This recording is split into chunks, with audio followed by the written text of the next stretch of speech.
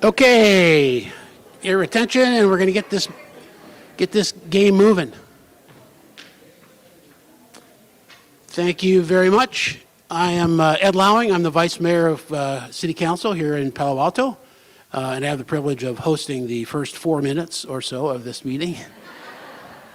After I say hello and call attention to some of our elected officials who are here from around the city and, around the various cities, and I don't know, maybe beyond that.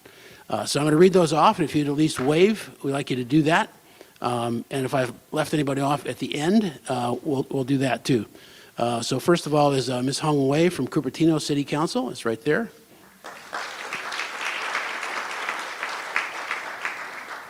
Linda Swan from Los Altos Hills City Council. Margaret Abe, are you here? Margaret Abe Coca from, from Mountain View. Okay. Let's see. Lisa Gilmore from Santa Clara City Council. Also from Santa Clara City Council, Kathy Wantedby.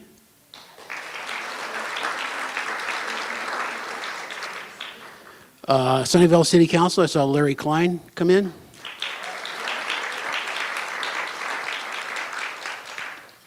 And let's see, Palo Alto Unified School District, Shauna Siegel.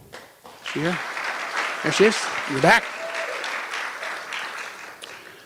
And see, Karen Holman, Mid-Penn Regional Open Hand, and let me know. No? Okay. And then the front row with the best seats, are representatives of our former Mayor Lydia Koo, and this other distinguished gentleman here that we'll be talking about shortly. Okay, thank you. After the mayor completes his talk, there is a lot of good stuff to eat in the back, so don't run away. We've been having a little bit of mic problems, so if for some reason this goes up or down, please wave at me in the back. That'd be great. So I'm just absolutely delighted tonight to sit here looking at Greer and have the opportunity to introduce him officially for the State of the City address. And his family here, including the First Lady in the first row and his family, which he will be addressing himself shortly. But it's great to see that kind of community support from your own family. So our mayor is a proven leader in the city with long service to our community, both before and after joining City Council. So in introducing the mayor, I just want to share with you just a few of his attributes and that his colleagues really appreciate, and a bit of personal and professional history. I first got to know the mayor about 3 years ago when our respective work on housing overlapped. He was on the council committee on housing, and I was on the housing element working group and also the planning commission. So we had some interactions there that were quite positive, quite productive. And then when I joined council last year, I joined him on the council housing committee, that same housing council committee, where we now work very, very closely together on the many tough housing issues and challenges that we have. So I feel like a respectable spokesperson for the man and the civic servant that he is. So I just have always found him in these interactions to be focused, passionate, super smart, and very thoughtful in his approach. I've also now worked with him for the last 3 months in our respective roles on council, and my admiration for his work style and approach to both people and issues has only increased. So these are just some of the attributes that his colleagues really respect. I want to point out that like many folks who now live in Palo Alto, Greer immigrated to our town. Due to his parents' good judgment, sitting here in the front row, when Greer was a kid, they immigrated to Palo Alto from a faraway town called Redwood City to find a better life here, like some who immigrate do. And they did that. And so his mom was a school teacher and is continuing to be a school teacher and says she's never giving it up. 10 minutes ago, she told me that. and his dad was a Stanford sheriff. Greer went to Palo Alto schools, starting with Duveneck on up through the high school called Pally. I thought that would get either cheers or jeers. I didn't know which. So his community service includes 4 years on the city's Human Relations Commission. While there, fortunately or unfortunately, his work was noticed by County Supervisor Joe Simidian, who plucked him away and put him on the Santa Clara County Human Relations Commission for about 4 years. And in 2020, he was elected to City Council. I also want to call out how Greer's election as mayor is unique for Palo Alto in sort of a diversity category that we may not track. Some of you know he's a law school graduate and worked as an attorney. I'm not sure if it was a close friend's emergency intervention or a personal eureka moment, but Greer has done well, for our younger residents, and I hope that they will use that role model, and it will attract some of them to eventually follow his path to city service. So, as far as I have been able to research, Teacher Greer is the first ever high school teacher to be a Palo Alto mayor. So.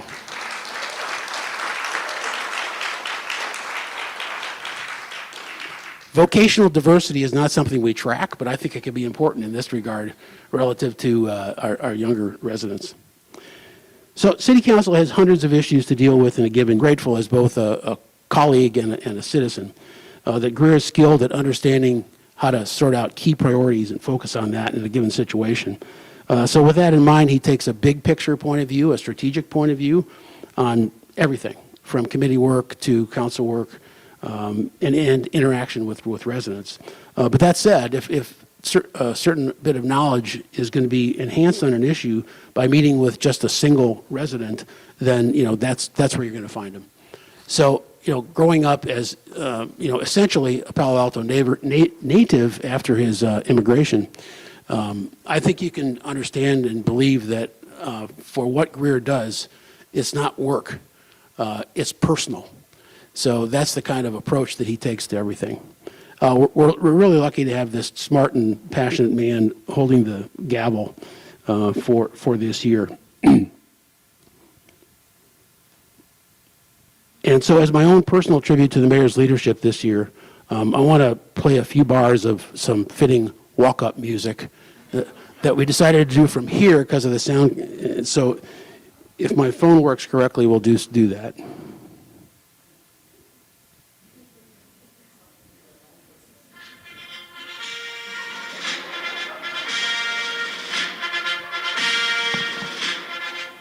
Ladies and gentlemen, I present Greer Stone, the mayor of Palo Alto.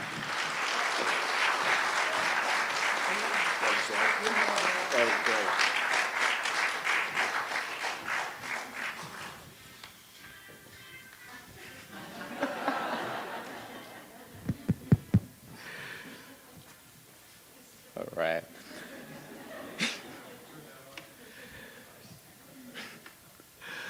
Well, thank you, Ed. Thank you, Vice Mayor Lowing, for that. Happy Persian New Year, everyone. Good evening.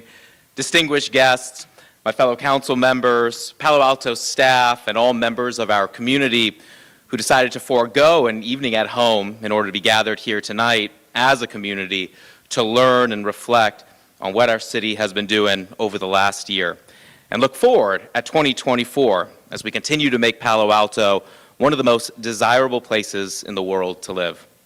I want to give again a special thanks to Vice Mayor Lowing for his introduction. It has been a pleasure working with you, developing not only our work relationship, but a true friendship as well. Now, as many of you already know, thanks to Ed, during the day I am a school teacher, and when I was telling my students that I had this speech this evening, several of them were shocked that residents with their own free will would come and listen to me lecture. And yeah, they were quick to remind me that they are required by law to listen to me, and you are not. So I just want to say thank you. I appreciate you being here. You're saving me the embarrassment tomorrow morning because I'm sure they're all going to be asking about the two people who showed up. So tonight, as we gather, we can't ignore the challenges that have marked the early days of 2024. Global conflicts persist, casting shadow of turmoil both near and far. The relentless advance of climate change manifests in devastating storms. However, lies an opportunity to be able to unite, to mend the fractures within our community, and to forge a path forward with unwavering optimism. Reflecting on our achievements of the past year instills confidence in our council, our dedicated staff, and the resilient spirit of our community. With optimism as our guide and beacon, I am filled with anticipation for what we're going to be able to achieve together this year. And before we delve into the agenda, I do want to just take a moment to be able to express my sincere gratitude to my esteemed council colleagues. It really is an honor to be able to serve alongside each of you at the dais, and I'm proud to be able to call you all my colleagues and friends as well. I think our ability to be able to collaborate, to listen to each other with open minds, and to uphold mutual respect, even in the face of differing perspectives, exemplifies the essence of what public service should be, and I really just wish all governing bodies could emulate that camaraderie that we have and commitment to our city's welfare. So I want to give a heartfelt thank you to all of you, and if we can give one more round of applause for our council.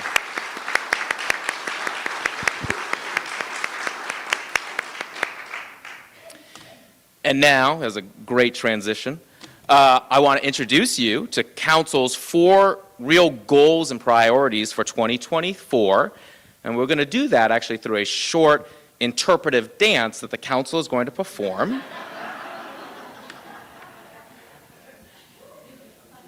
Oh, okay. All right.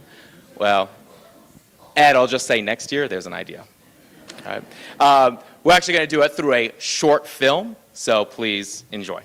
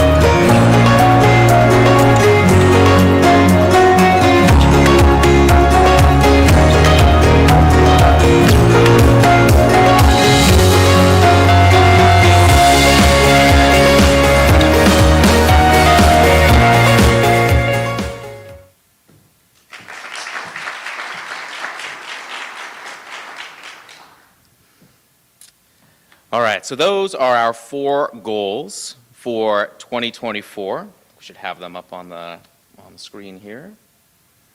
There we go.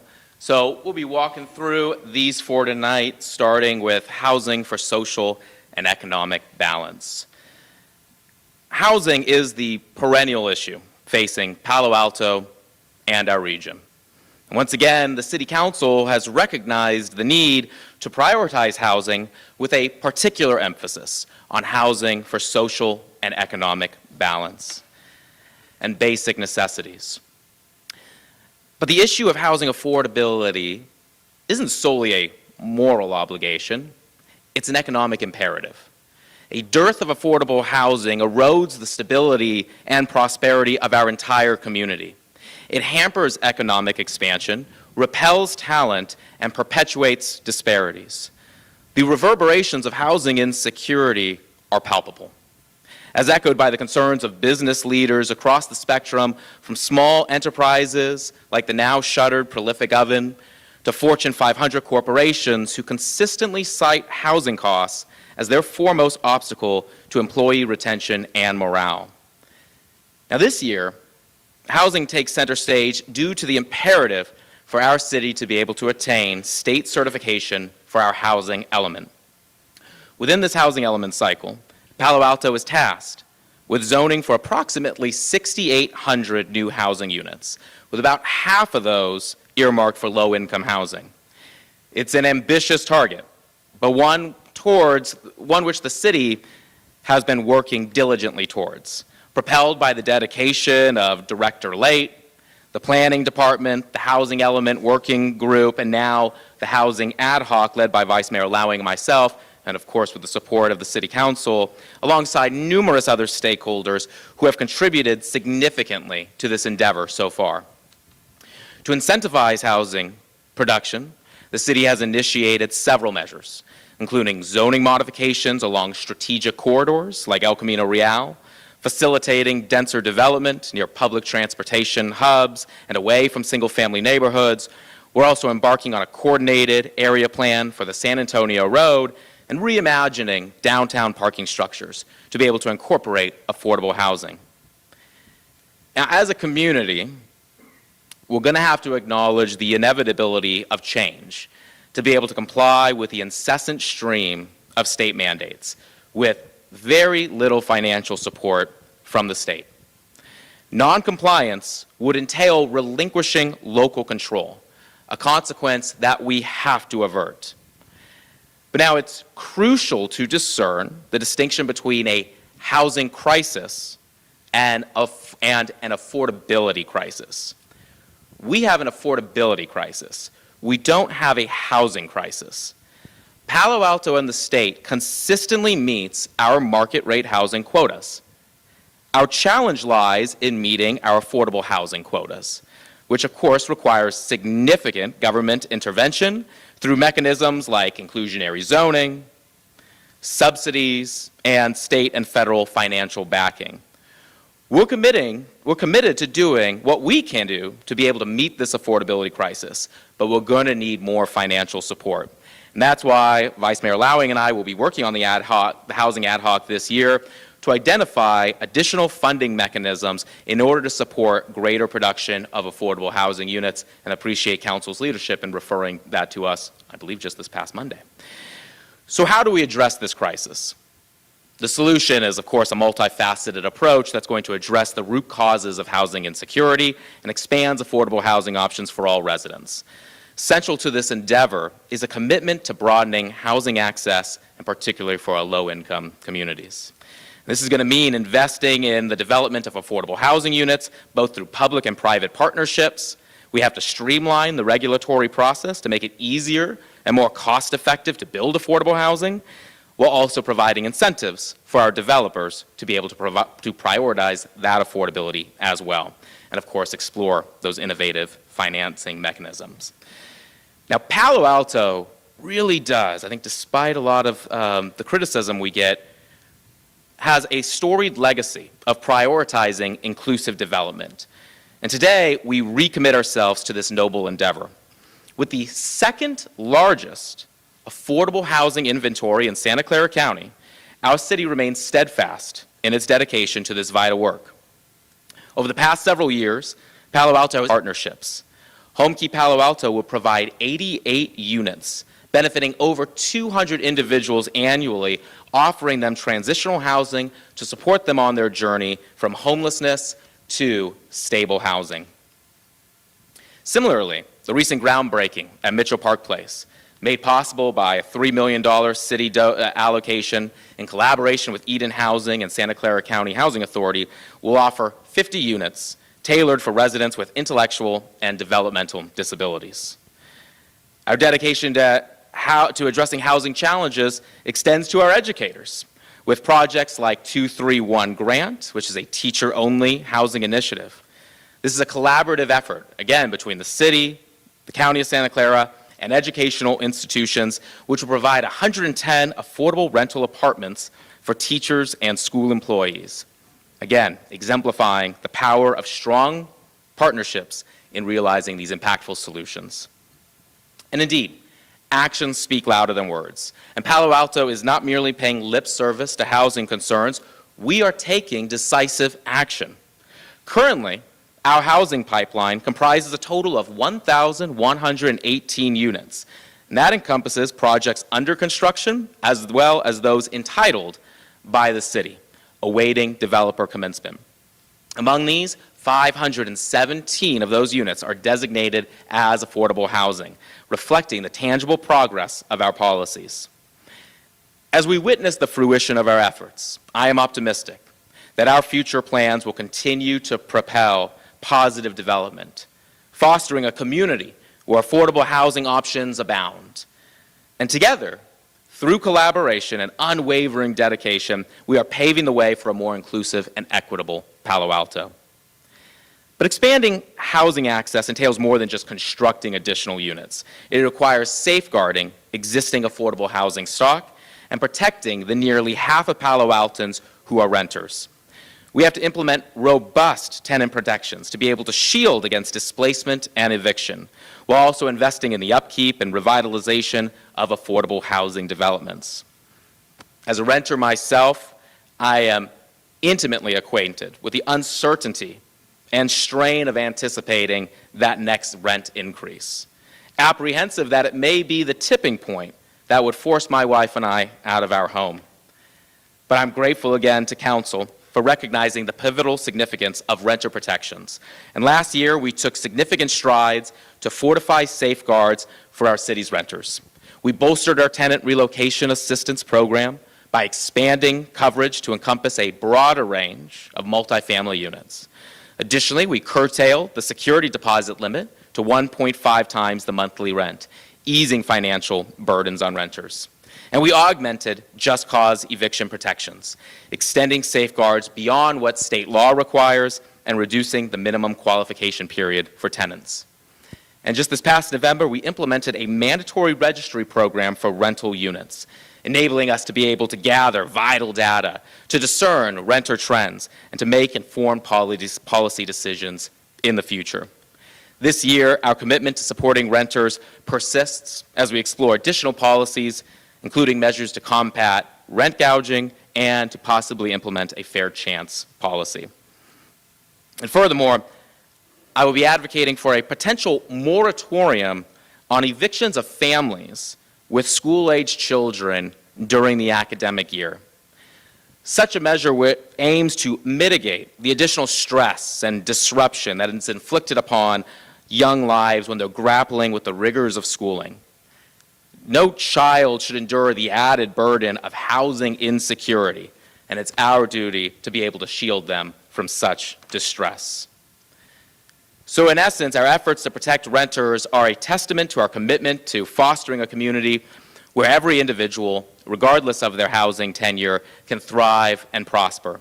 And through compassionate and proactive policymaking, we strive to ensure that Palo Alto remains a place where all residents feel secure and supported. And lastly, we must recognize that housing affordability is one of the most pressing issues of our time: climate change. Our beloved city of Palo Alto, nestled in the heart of innovation and progress, stands at a pivotal juncture. We bear responsibility not only to ourselves, but also to future generations, to safeguard our natural environment and to mitigate the impacts of climate change. The signs of climate change are omnipresent. From escalating temperatures to intensified weather extremes, the evidence is unequivocal. The time for action is now, and Palo Alto must once again lead the charge in addressing this global crisis. First and foremost, we're going to prioritize the protection of our natural environment. Palo Alto is blessed with abundant natural beauty. From our verdant foothills to our expansive wetlands, these ecosystems not only harbor diverse wildlife, but also bestow countless benefits upon our community, from fostering clean air and water to providing recreational sanctuaries. Nevertheless, our natural environment faces existential threats, from climate change and the encroachment of overdevelopment in our region, soaring temperatures, erratic precipitation patterns, and more frequent extreme weather events all imperil our ecosystems. Without decisive intervention, we risk irreparable loss of these valuable resources. I eagerly anticipate the return of policies like the Dark Skies Initiative, Bird Safe Glass, and creek setbacks to the Council, as they are pivotal in safeguarding the diverse ecosystem that renders Palo Alto so extraordinary.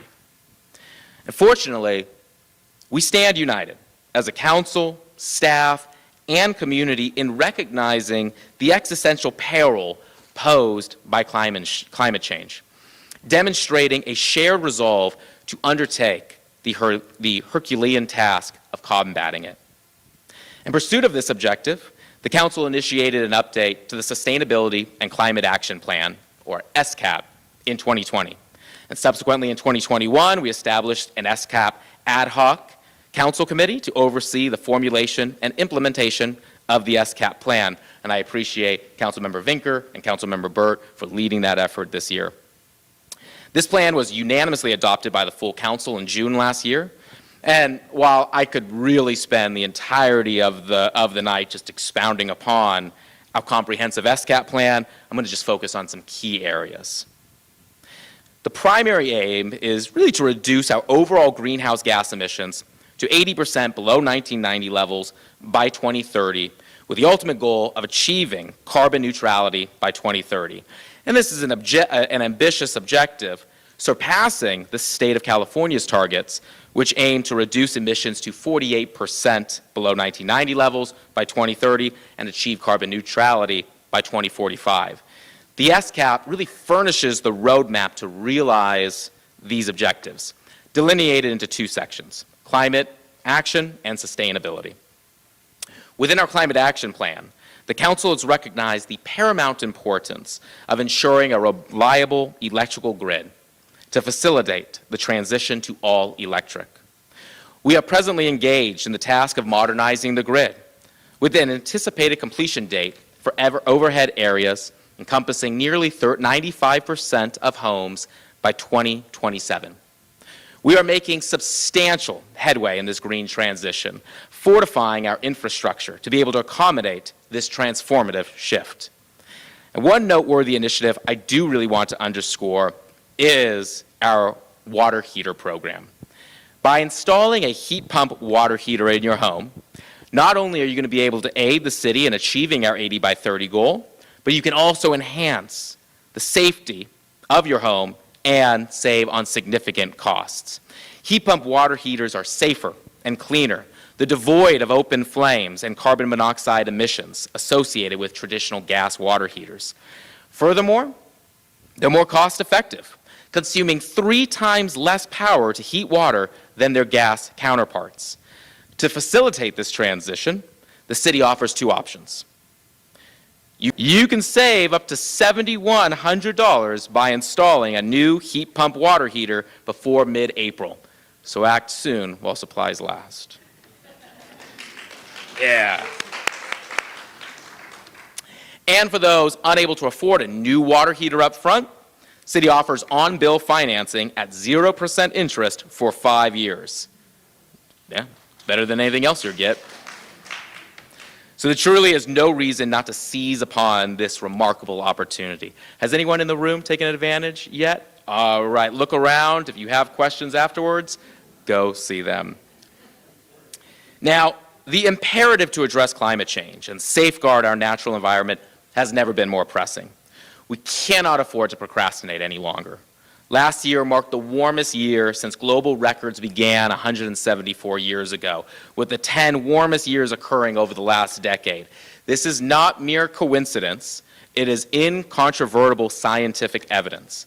Mitigating these perils demands a concerted effort to secure the future for our children and successive generations. And Palo Alto has long been at the vanguard of this endeavor, and we are redoubling our commitment. And that's not just hyperbole. Foreign governments recognize the pivotal role Palo Alto plays in this fight. In February, of this year, Palo Alto hosted the Green Transition Summit, aimed at fostering deeper collaboration between Sweden and the United States to be able to promote innovation and technological solutions for the green transition. We were honored to be able to host the Crown Princess and Prince of Sweden. The princess spoke right here. It was much more interesting than my own speech, but that's why I chose this location. And we had the Lieutenant Governor of California as well, with whom I have the pleasure of interacting with both of them. As a city, we should take pride in our considerable influence and power in this sphere. While the changes we enact here alone may not suffice to reverse the climate doomsday clock, if we can inspire enough cities and nations to fervently tackle these challenges and demonstrate that such action is achievable in our small corner of the world, then we can leave behind a legacy of clean air, pristine waters, and a thriving planet for posterity. The next council priority is economic development and transition. This adjustment from last year's focus on recovery to now transition really signifies a significant shift in our local economy.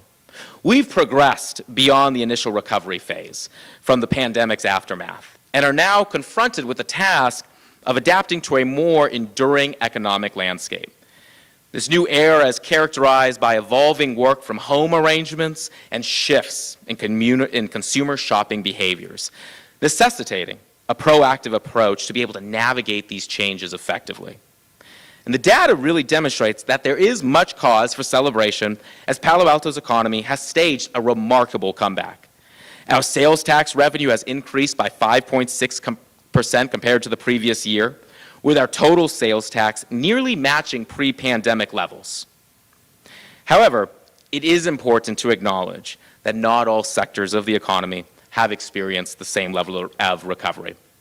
And as a council, we must persist in our efforts to ensure that our economy works better for everyone.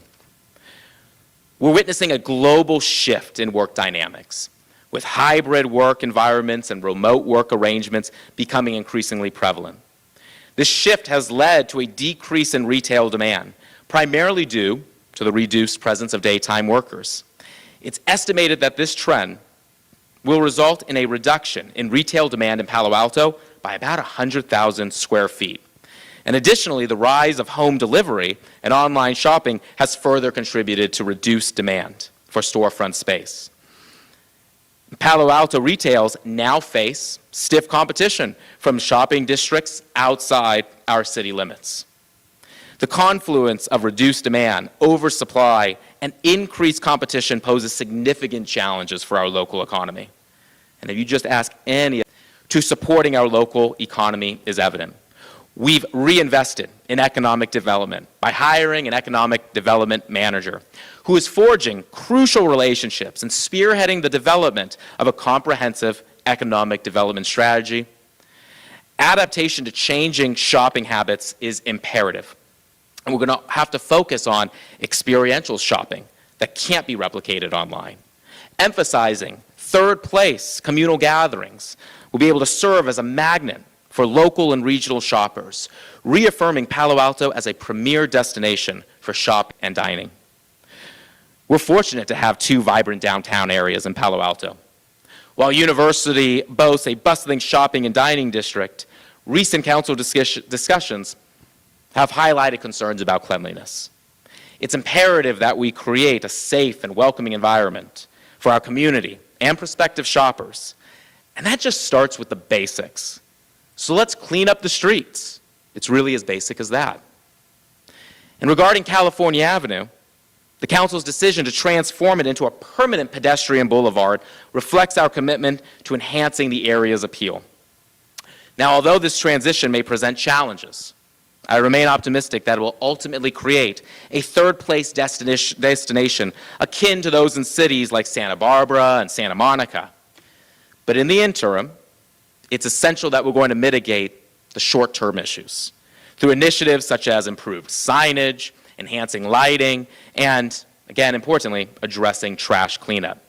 These simple yet effective solutions must be prioritized as we work towards realizing our vision for Palo Alto's economic future.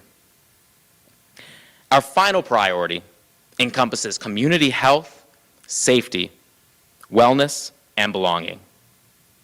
This year, we've included wellness and belonging to underscore the heightened importance of ensuring that all Palo Altans feel embraced and secure in our community.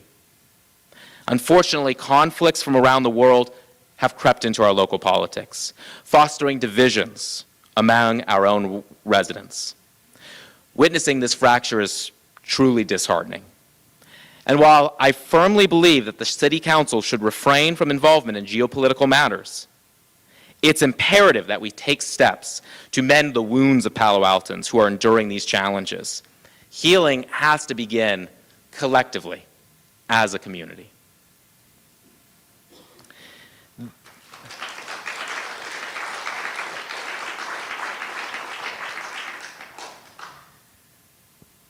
This priority also underscores the fundamental responsibility of any government, safeguarding the well-being and safety of its residents. Over the past year, the Council and staff have diligently pursued initiatives to fulfill these objectives. We've tackled various quality of life issues, such as enforcing and bolstering the city's ban on gas-powered leaf blowers. This initiative not only aligns with our climate goals by curbing CO2 emissions, but also addresses a significant noise nuisance that has been markedly reduced. Furthermore, we've been actively engaging with San Francisco Airport through one-on-one meetings with me, city staff, community activists, and SFO leadership to be able to address airplane noise, seeking solutions to mitigate its impact on Palo Alto. And while the recent decision by SFO Roundtable to not include Palo Alto on the board was disappointing, it hurt my feelings a little bit, our intensified engagement with the airport offers us even greater access and influence. Now, looking ahead, we have several initiatives in the pipeline aimed at enhancing the quality of life in our community. We're set to approve a proactive hiring program for the police department for public interaction. And currently negotiations are undergoing with PAUSD regarding the Cubberley site, with hopes to be able to purchase and lease.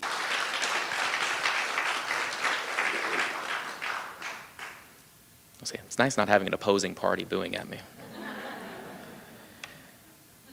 And finally, the topic that is closest to my heart is youth well-being and mental health.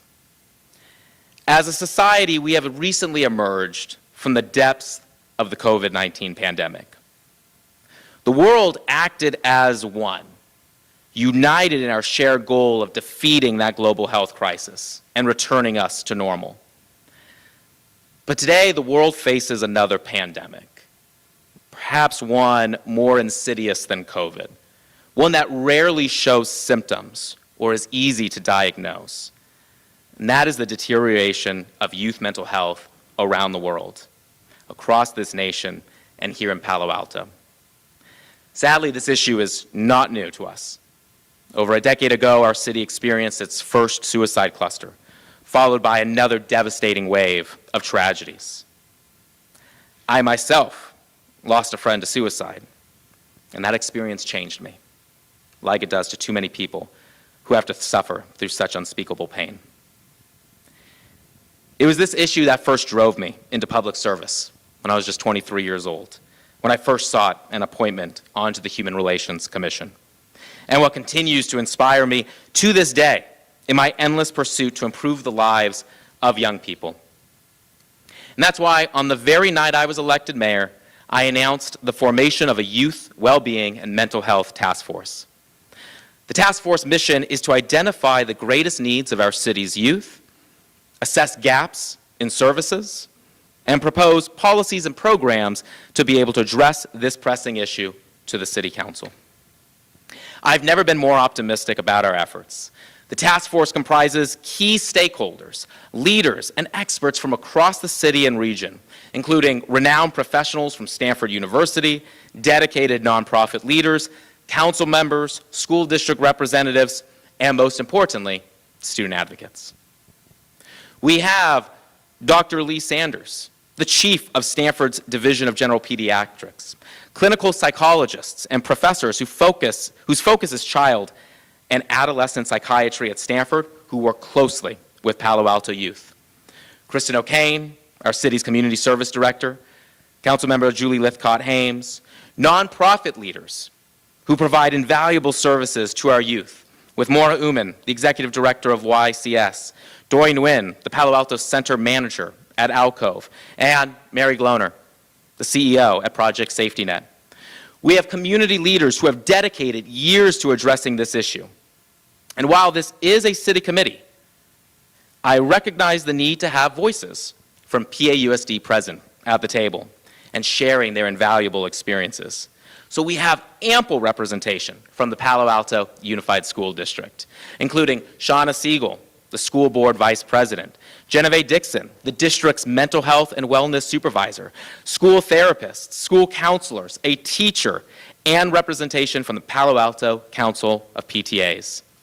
And finally, and one of the most important members of the task force, again, are our student representatives, Brendan Jiang from Pali, Julia Lee from Gunn, and Maddie Park from Castellea.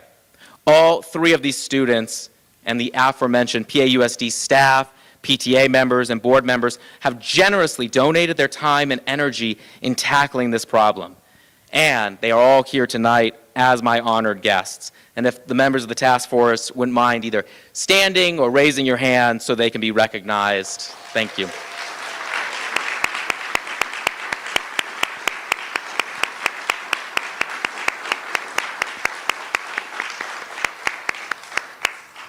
Sorry, and Bing Wei from the Parks and Recreation Commission. And I saw Sally Bemis here earlier. Leaders on youth mental health, but it will have to be a community collective. And while I deeply appreciate the support and commitment of my council colleagues, we can't do it alone. This effort will truly take a village, and we're going to need the help of everyone, from the school district to our nonprofits and all of you.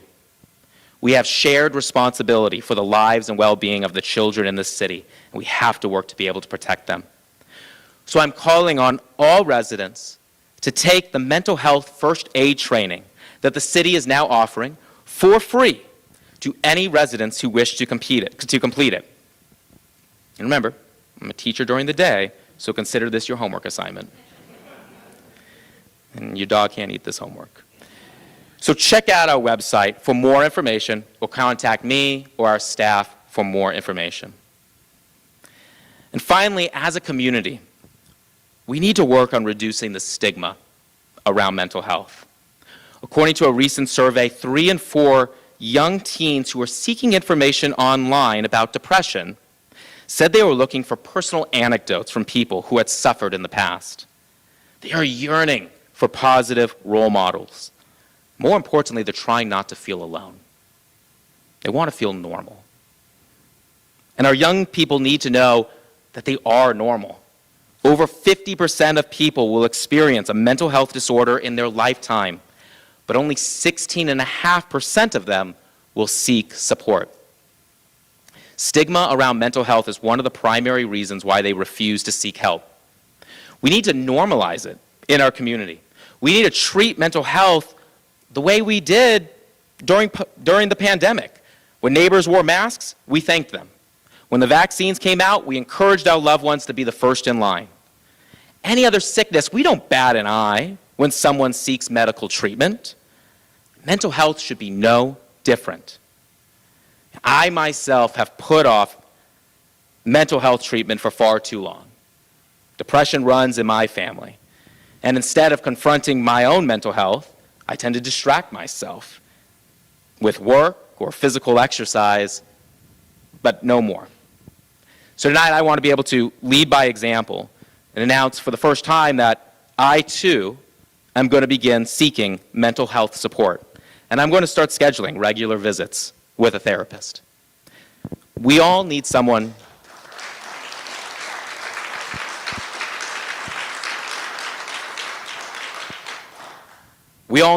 to talk to. There's no shame in it. And we must normalize it as a city. We can and must do more. And that time is now. So as we conclude this State of the City address, let us reflect on the journey that we have taken together and the path that lies ahead. In Palo Alto, we are blessed with innovation, creativity, and a strong sense of community. Yet we also face challenges, from youth mental health to climate change and housing affordability that require a collective attention and action.